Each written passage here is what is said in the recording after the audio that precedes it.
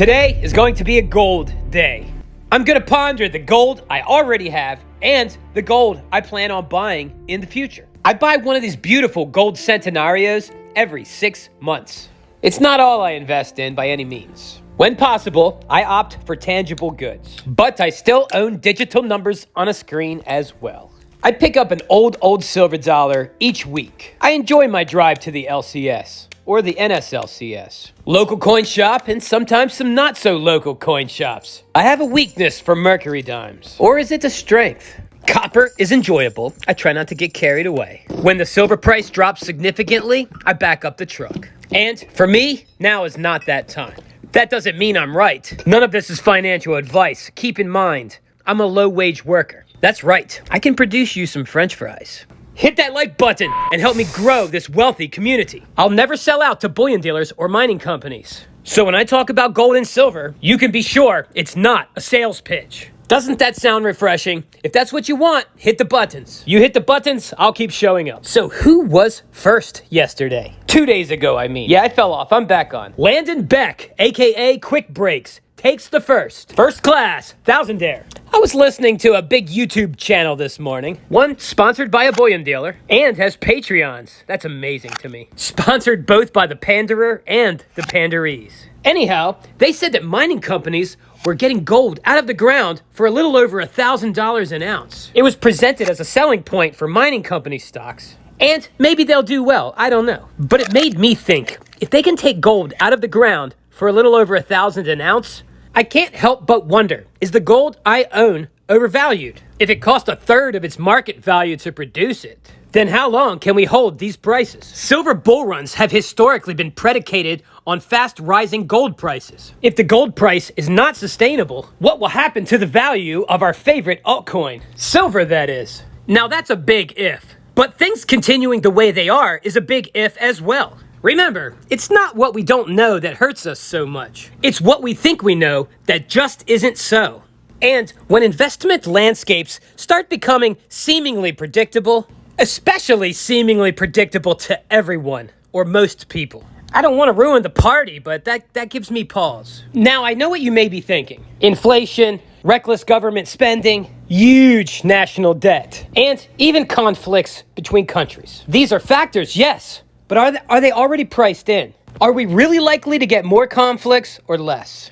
And what if a major conflict is resolved? What if the fear subsides? Gold is part boogeyman. Don't let its inertness fool you. Gold may not react to many things, but it certainly does react to fear and mistrust. I like how the Security Edge says independencia y libertad.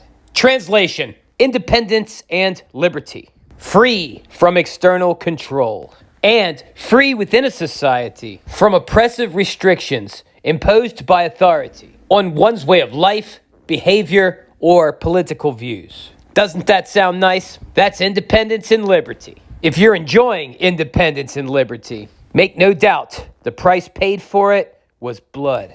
If liberty and independence are taken for granted and allowed to slip away, whether if this should happen through occupation from foreign nations or the promises of provision and safety from our own government, keep in mind, if you accept such promises, if you accept unearned provisions, that is not independence, that is dependence. And dependence leads to bondage. If you want someone else to be the adult and undertake the responsibilities of protecting you and feeding you, well then, don't be surprised if you're treated like a child, or maybe even worse, like a pet or a farm animal. The fruits of dependence are low-hanging. They need to be low-hanging because if that's all you feed on, you'll never grow up. That's right, that stuff will stunt your growth. I heard a saying recently, laziness leads to forced labor. So if you refuse the responsibilities that come with independence and liberty, that's what you get. And once you're in that position, it gets very difficult to get what you had back. You see why I like this coin? Come for the shirtless woman with the big hips, and stay for the fine character. Oh, and substance, of course. This does contain 1.2 troy ounces of gold. Let me get back on track here. Do I think gold's going to go down? Do I think gold's going to go up? You see, that's what I'm trying to avoid. I try not to speculate on gold. I buy it on a schedule. And if I stick to that schedule, over time, it'll sort itself out. If the price in dollar terms should drop significantly, will I be upset I didn't sell after such a high percentage of gains in filthy fiat promissory notes? I'm not gonna lie, it'll cross my mind and maybe stay there for a little bit. And one might say I am a speculator because I put a high percentage of my earnings in gold. I've heard numbers thrown around like your portfolio should only be 2% or 5% gold. Well, if that's the norm, well, then I'm grossly overextended. But here's how I see it. For most of American history, if you were saving dollars, you were saving gold. You weren't saving 2% gold. You were not saving 5% gold. You were saving all gold. So I don't see an issue with having more than the recommended allowance. What I'm doing could be seen as an experiment, but that's short-term thinking. If you look at the longer timeline, saving as much gold and silver as you can is probably the norm. If you're fortunate enough to even be able to have it in significant amounts. I'm no historian, but I think you'd be hard-pressed to find a peasant in my station with one coin like this, let alone 6. But who knows? And perhaps I don't even belong in this station. And I'll rise out of it. I've heard once you reach your first 100K, the wind really starts to be at your back. I sure hope so. I've worked hard. I've worked a lot. I've sacrificed. I've become so good at delaying gratification that sometimes I wonder if I still even seek it.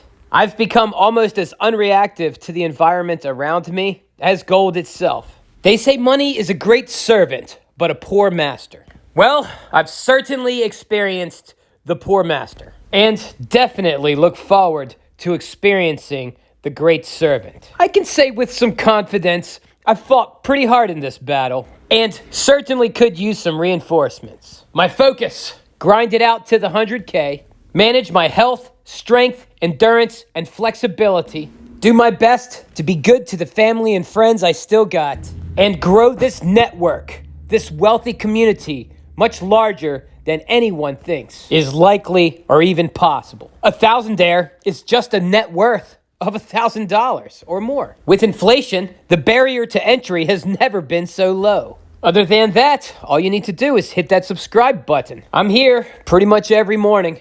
My goal is to break chains, not lavish goods. I'm going to be working, investing, developing skills, and making videos to document the journey. I'm not here to tell you how to do things.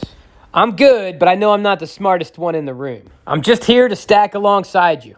Building wealth will test you in so many ways. No sense in going it alone. If you have not already, please hit that like button. Remember, your likes expand the borders of this no-shill zone. We're going to keep it genuine here.